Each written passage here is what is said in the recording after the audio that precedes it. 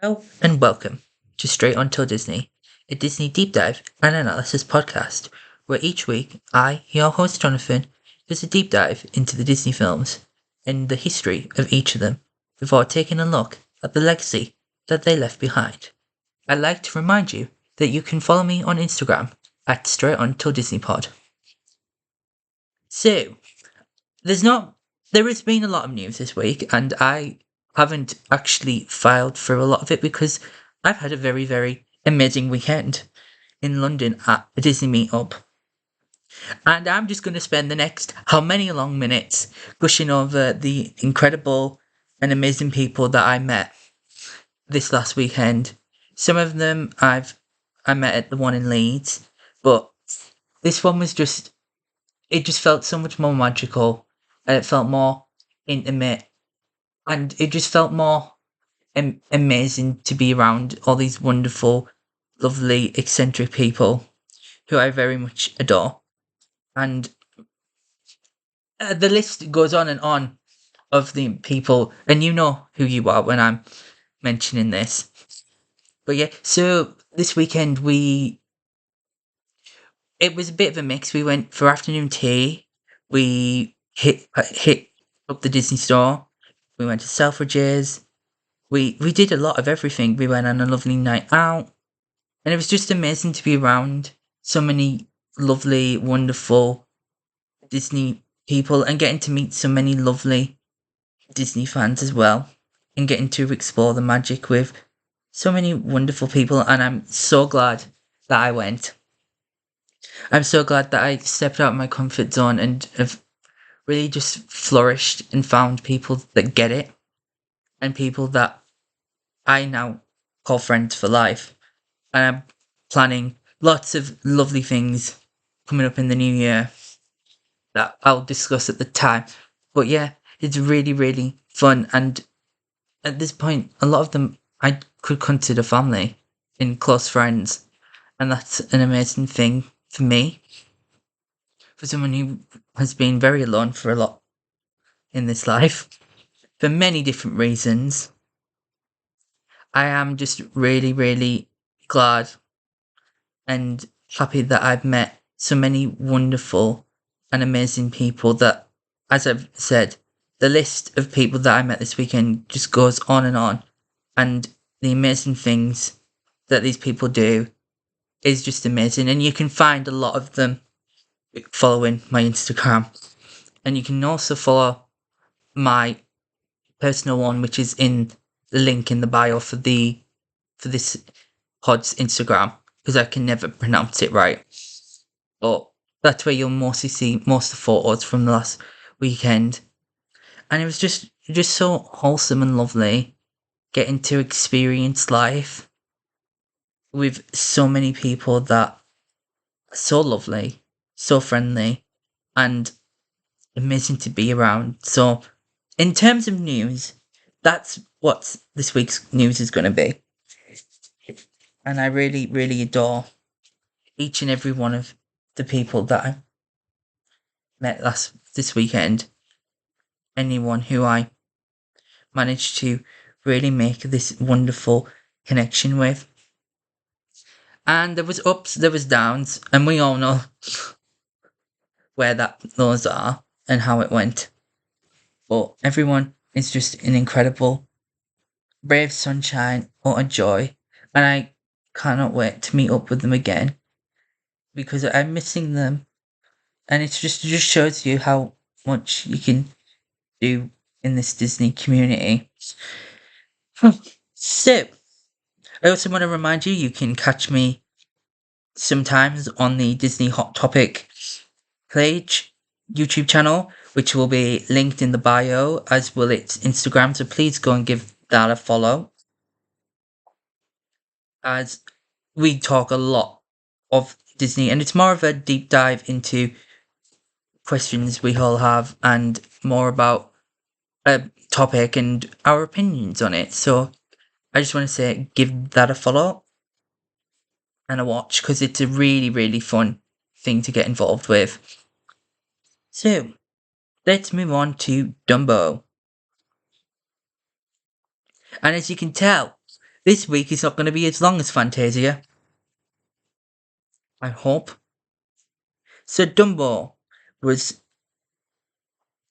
directed by Ben Sharpstein, Norman Ferguson, Wilfred Jackson, Bill Roberts, Jack Kinney, Sam Armstrong, and John Eliotti, who was uncredited.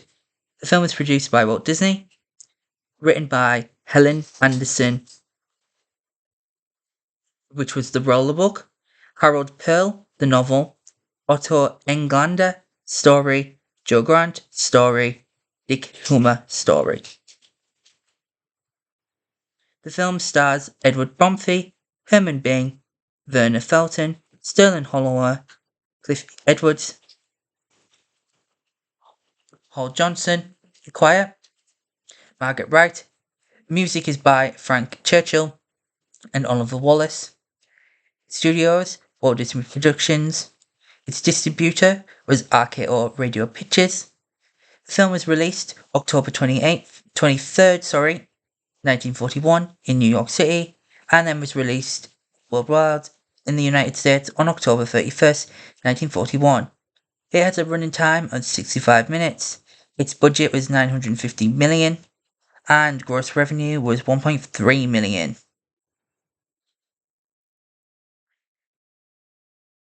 So, Dumbo is a 1941 American animated film produced by Walt Disney Productions and released by RKO Radio Pictures. It is the fourth animated feature in the Disney animated canon, and the film is based upon a book written by Helen Aberson and illustrated by Harold Pearl for the prototypes of a novelty toy, a roll and rock. The story centers around Dumbo, a baby elephant who is ridiculed for his abnormally large ears. Under the tutelage of Timothy Q. Mouse, Dumbo comes to learn that his ears grant him the ability to fly. Following the financial losses of both Pinocchio and Fantasia, Dumbo was produced with a relatively lower budget than its predecessors. Its story and animation were deliberately simple, and at 64 minutes, it is one of Disney's shortest full-length features. Upon release, Dumbo was a major success and became iconic for World War II, as it was hailed by critics and audiences as a joyous film appropriate for such vulgar times. And I think that's very much a really beautiful thing to think about, is that these films were still bringing joy to audiences then in these dire times as they do today. And yes, things are very different, but the same things can still be applied to them. The film is among the most acclaimed animated movies of all time and received praise for its emotion, message, and music.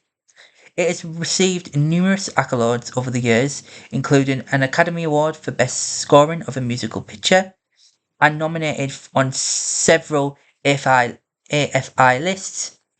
The success has led to numerous spin-offs, such as a television series, a popular theme park attraction, and a live-action adaptation, which was released theatrically in 2019. One of the things I find interesting is that this film is a personal favourite of the late Walt Disney himself, and of other personalities such as Leonard Maltin, Floyd Norman, and John Lasseter. So, production history.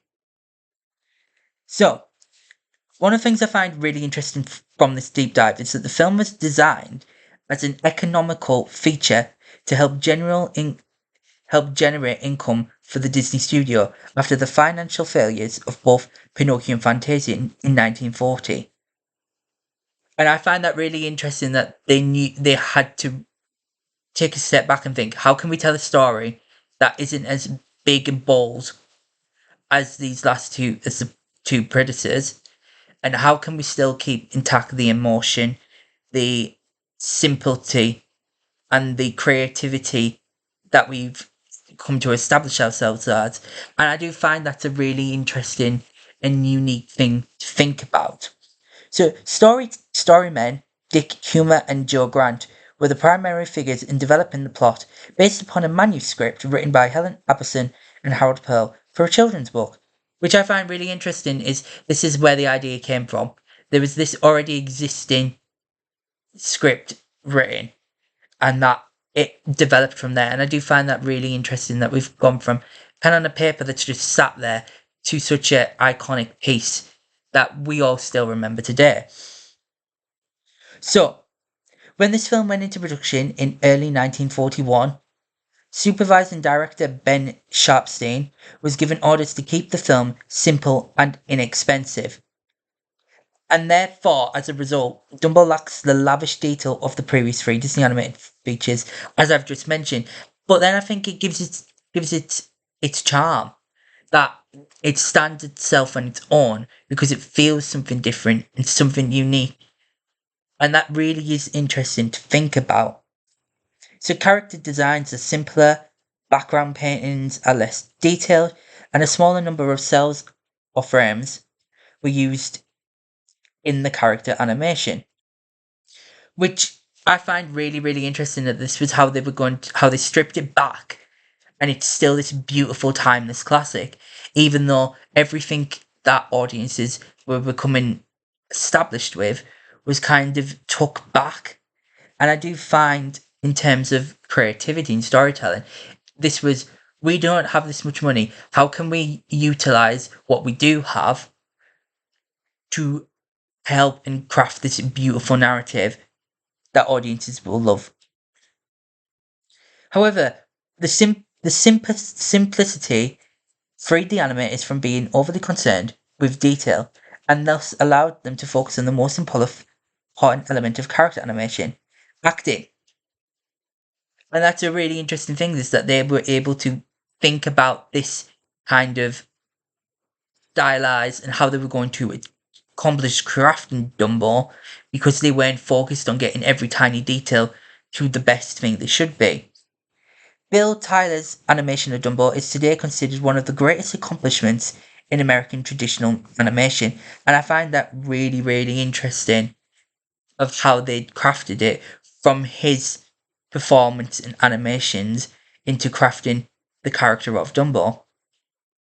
So, on May 29th, 1941, during the production of the film, much of the Disney Studios staff went on strike.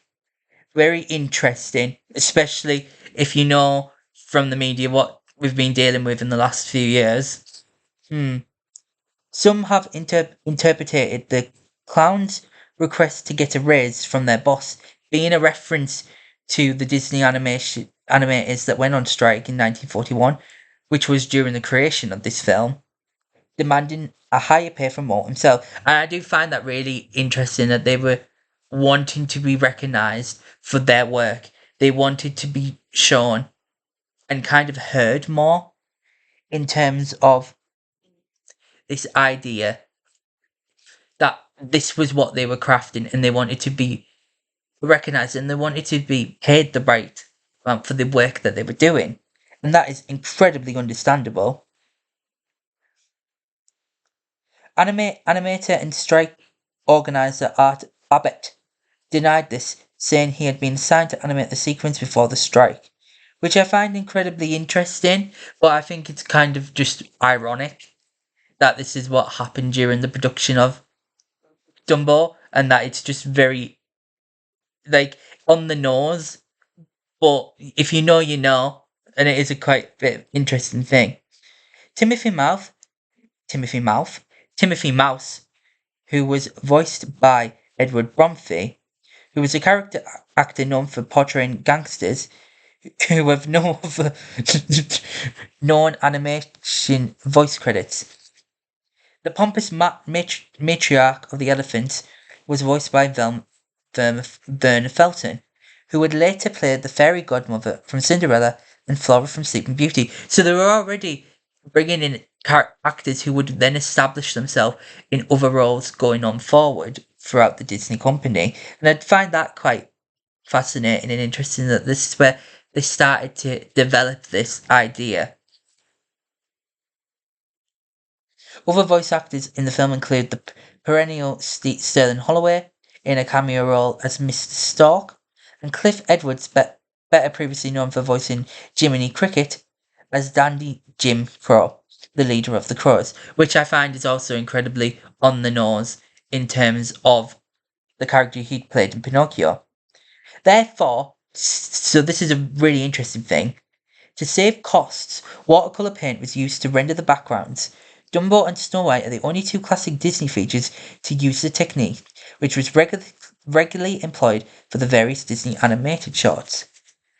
The other Disney features used oil paint in Gugge, 2002's Lilo and Stitch, simple and emotional story, influence from Dumbo, also makes use of the watercolour backgrounds.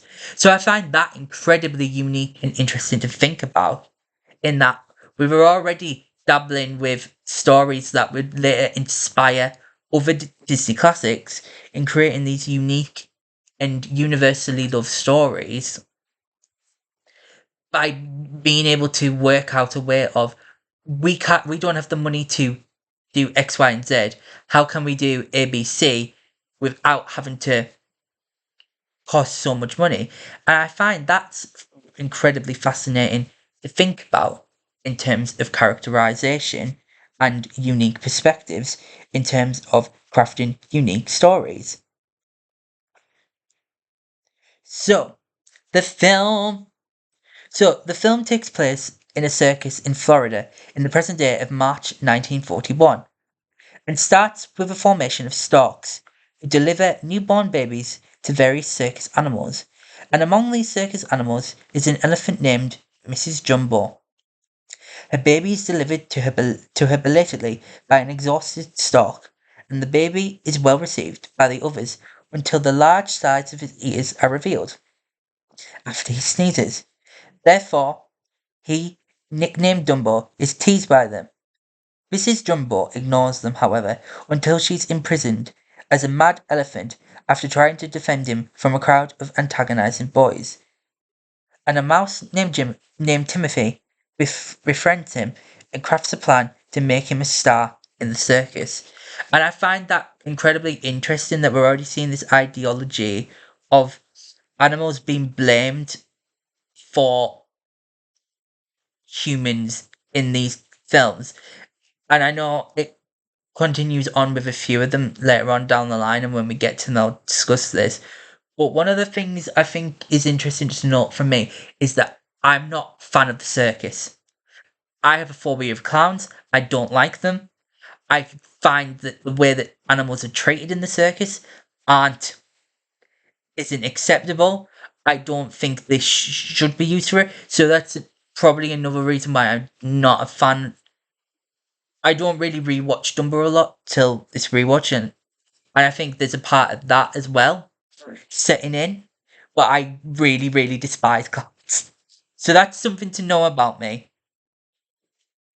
But I do find it incredibly interesting that we're already showing this. But one of the things I really love is we're showcasing this mother and son relationship, already establishing what is going to be the grounded emotional impact. And that scene where she's dragged away and imprisoned is heart wrenching. In that you're taking away a mother from her child, despite the fact all she was doing was defending him. And I find that so beautifully emotional. And really, that is the emotional core in this film, is that relationship between mother and son. And I find that beautifully interesting. And they're going up against this hierarchy that is imprisoned them within this circus in a way. And the idea of being a mad elephant really highlights and showcases these ideologies that this film really, really decides to look into and discuss. So Timothy subliminally convinces the ringmaster, in his sleep, may I add, to set up a pyramid of pachyderms to the top of which Dumbo would jump using a springboard. Due to its long ears, the act fails. The big top falls to the ground, the other elephants are injured, the circus has to relocate, and Dumbo is unceremoniously reduced to a clown. Another reason why I tend not to watch this film because I find them terrifying, and I just can't. I don't know why. I just don't like them, and therefore, an enormous platform in a dramatized fire rescue into a vat of pig pie filling. The audience responds well to the act, and the clowns decide to alter their act for the next show so that Dumbo will fall from a platform many times higher than the original one. And I really don't like that either. It's this. I think there's. I don't want to say there's an exploitation of animals here, but I think it's clear. I don't like circuses. I don't think animals should be used as entertainment unless it is better quality of life for them. Don't think at all we should have them in circuses anymore. So after an emotional visit to Mrs. Dumbo's cell, Timothy tries to cheer up Dumbo, who could not stop crying. They settle down for a drink of water outside the clown's tent. Unbeknownst to them, the water has been accidentally spiked with champagne by the clowns, and they become inebriated and hallucinatory, seeing pink elephants sing and dance before their eyes, which I find is incredibly interesting that this ideology and use of alcohol is within a Disney film, and I don't think I've ever noticed that till this film, in that we have this really interesting and unique piece of film here, in that you see this. And I find that fascinating in the way that it's shot, the way that they're able to animate the sequence without all the big effects is a beautiful and unique piece that really fits this film. So Dumbo and Timothy awake the next morning in a tree over 100 feet up, awoken by a gaggle of amused crows. Timothy guesses that Dumbo flew them to the top of the tree while they were drunk. An idea that the crows find hilarious. After Timothy tells them Dumbo's pitiful story, they decide to help Timothy teach Dumbo to fly. They convince him that he can fly with the use of a magic feather and succeed in getting him to fly. And we have this really indication of this feather, in that this is how he's able to fly. And I do find that's really interesting in the ideology of having a lucky item, as it's common within things for it to be superstitious and for it to feel that way. So I find that incredibly interesting that we use that ideology here to craft this really unique and dynamic story. So, Dumbo shows up at his next clown performance with his magic feather. However, he loses it after leaping from the platform. Timothy admits to him that he can fly without it, and barely avoiding death from the fall, he opens his ears and soars through the air, to the amazement of the audience. A series of headlines then read Elephant Flies, followed by one showing Dumbo as a circus star.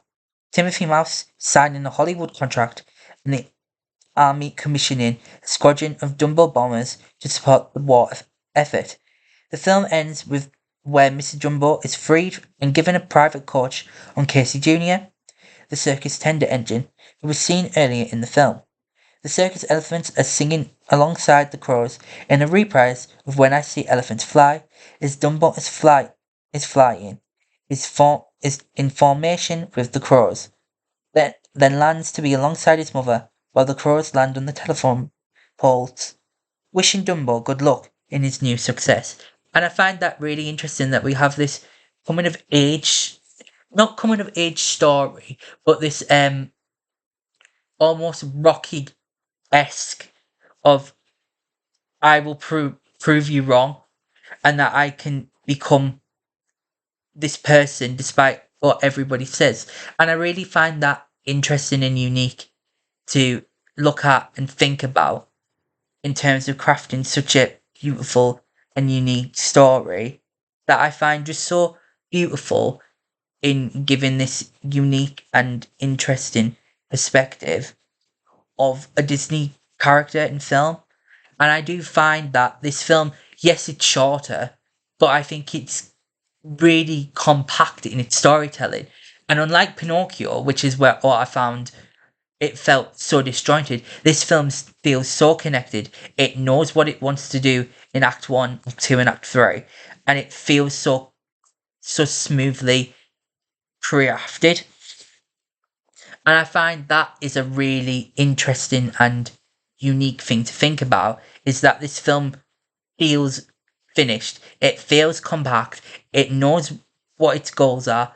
Its goals are introduce Dumbo, introduce the idea of the years, get him in the it really knows gets in the circus, meet Timothy. It already feels like it knows what it wants to do with this film, unlike some of the other two that feel very more disjointed. And this ideology of the friendship between Dumbo and Timothy Mouse in this mentorship really allows audiences to connect and think about the people that they have in their life that are like that. And I do think that's a really interesting and unique thing to think about in terms of crafting stories and how to really emotionally connect with audiences. And I really like that in terms of its way of storytelling and unique things. Really unique way of telling this smaller, grounded story that has so much weight behind it. Release and reaction. So the film was completed and delivered to Disney's distributor, RKO Radio Pictures, in fall of 1941. And RKO, they weren't sure because of the film only running for 64 minutes. And they gave Disney three solutions. A, expand it to 70 minutes or more, edit it to short subject length, or allow RKO to release it as a B movie. Disney refused all three options, and RKO reluctantly issued Dumbo unaltered as an A film. And I really find that is so interesting and unique to think about, is that Disney wasn't having it. He knew what the story was. He knew that it didn't need to be anything. The thing is, when you're crafting stories and you want to tell a story and you know how long it should be, then that's how long it should be. You, anything extra is a bonus, but if it doesn't help move the story along, then it's not needed. So if them asking for more things to add in just for an extra 6 minutes, you can understand why Disney wasn't wanting to do that. And you can really get why. So upon its October 23rd release, the film proved to be a major financial success. It only cost 813 million to produce, which was half the cost of Snow White and less than a third of the cost of Pinocchio. Dumbo would eventually gross $1.3 million during its original release, and Snow White were the only two pre-1943 Disney features to turn a profit, which is very much understandable, especially in the time period that these films were released within, and you can understand to a why that was, and you can really, because of World War Two, is a big factor in that. The United States entered World War Two in December 1941, and therefore reducing the box office draw of the film, which was nevertheless the most financially successful Disney film of the 1940s, thanks to its 1949 release. So even after, it still made much more of a profit than most of the others, which I find incredibly interesting and unique to think about. The film won the 1941 Academy Award for Original Musical Score, awarded to musical directors Frank Churchill and Oliver Wallace. Churchill and lyricist Ned Washington were nominated for the 1941 Academy Award for Best Song for Baby Mine, the song that plays during Dumbo's visit to Mrs. Jumbo's cell. The film also won Best Animation Design at the 1947 Cannes Film Festival. So even after the film's release, it's had so much success in terms of its awards, and that's really helped garner wide, more acclaim for the film. The film's simplicity and character charm have made it the favorite Disney one of many people, and that includes film and animation historian Leonard Maltin. Of particular note is the Pink Elephant on Parade sequence, which depicts Dumbo and Timothy's drunken hallucinations.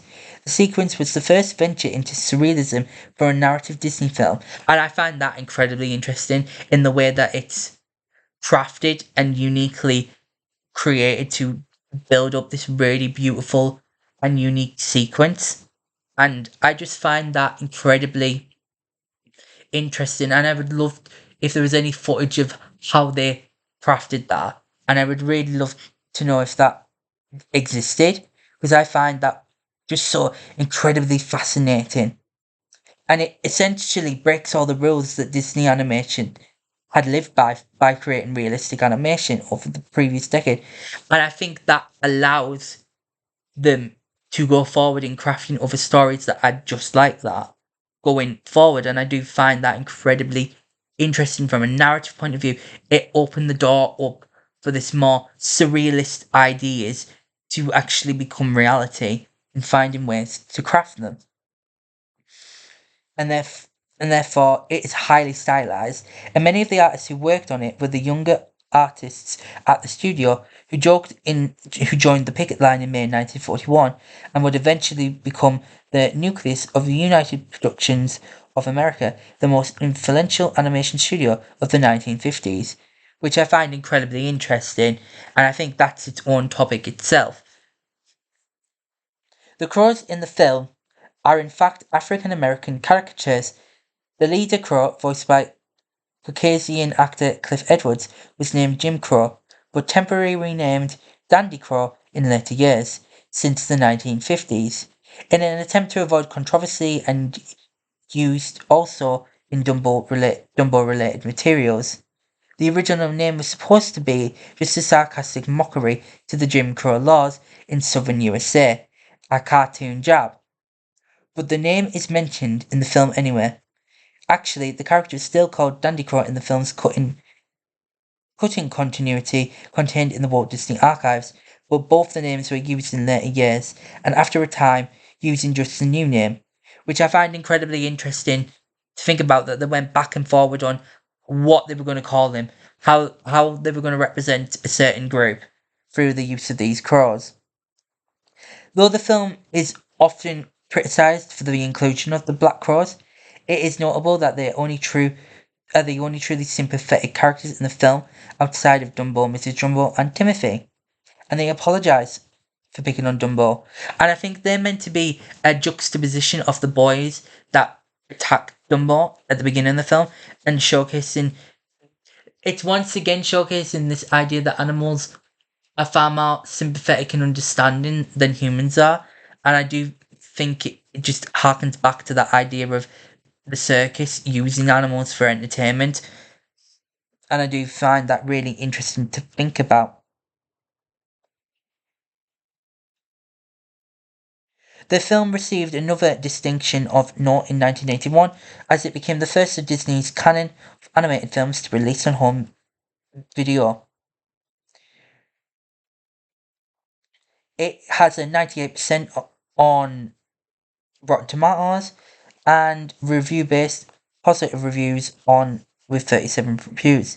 There was a cancelled direct to video sequel in 2001, the 60th anniversary edition VHS and DVD of Dumbo featured a sneak peek of Dumbo 2, and it included new character designs and storyboards.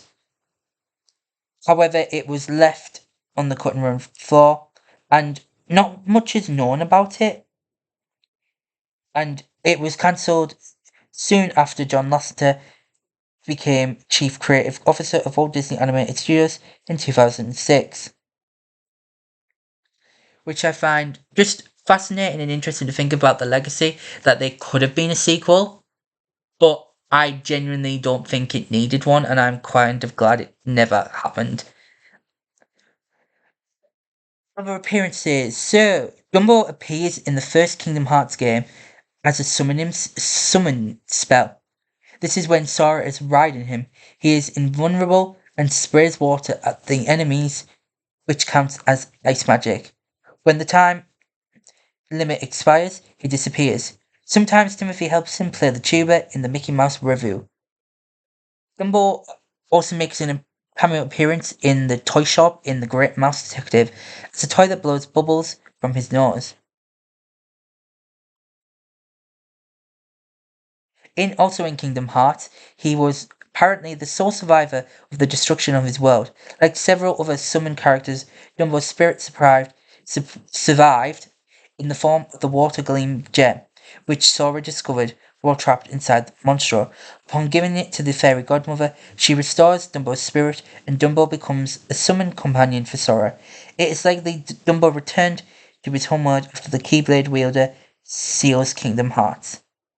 In Kingdom Hearts Chain of Memories, Dumbo is recreated from Sora's memories in Castle Oblivion and returns as a summon. So that's where Dumbo appears in video games, interestingly. Obviously, we cannot discuss Dumbo in Disneyland parks without talking about Dumbo's Flying Elephant, which is a ride in California, Walt Disney Walt Disney World in Florida, Hong Kong Disneyland, Tokyo Disneyland, and Disneyland Paris. And it's the same ride in all the parks where you ride Dumbo, you go up, you go down, as if you're flying on Dumbo. And I think that's a really nice ride in being able to allow audiences to experience the ideology of flying with Dumbo. And I think that's incredibly interesting and unique to think about. There's lots of merch. You can find Dumbo's ride in Walt Disney World at the circus section, and you can go through the entrance thing to get into the ride. And I do find it really cute that that has its own little section, maybe because of how much Walt Disney really loved it. And I do think that Dumbo will be one of those rides that they should never get rid of. And I think it's just because it's so universally able for older park guests, young park guests. It's one of those rides where anyone can go on it, as in that it's not applicable in terms of who really goes on it. And I find that really unique and interesting to think about. And so there's not really too much more with Dumbo and Parks, but if you know anything about it and that Dumbo that I've missed or anything, please feel free to DM me on Instagram and tell me about, and I'll mention it at the beginning of next week's pod. I don't know if next week's pod will be out. It might be 2 weeks. Obviously, it's December, so that means it's Christmas time. So I'm not 100% sure when the next one will be out at the moment. But I do try and get these out weekly. And I do try and get them out every Tuesday as much as I can. Because this is when I have the time to do it. But obviously, Christmas is next Thursday. So if there isn't a podcast, there might be just a small one saying Merry Christmas, Happy New Year on those days. Potentially, I don't know just yet. But you'll know, if you follow my Instagram, you'll know what's going on and how I'm gonna do that, because I think I'm not just 100% sure if I want to do Bambi that close to Christmas. That's my inkling, just because of how incredibly sad that sequence is. And if you know, you know. And if you're a Disney fan, you know what sequence that I'm on about when it comes to Bambi. But I've already started deep diving into the research for Bambi. So that's going to be a really interesting one to deep dive and find out exactly what we're doing with. And I do find that incredibly interesting to look at. I also just want to say another huge thank you for this last weekend to anyone who was there that's listening. I just want to give a quick shout out to Haley, who's amazing, Naomi, Claire, Sophie, Chris, Dean, Jake, everyone who was incredible, keeping me safe in London, because I'm visually impaired, so that's another reason why tend to do podcasts because it's far easier to deep dive into. But I just wanted to say another big thank you to everyone who was there, everyone who came up to see me, everyone who got to meet me, and I got to meet you. And also, very much thank you for all the Christmas cards. I absolutely adore them, and they're currently on my desk upstairs. So, if if there isn't a Christmas episode, I just want to say Merry Christmas to everyone, and I hope everyone's festive season is bright and beautiful. People who I know, I'll be messaging you anyway. But I do want to say, Merry Christmas and a Happy New Year.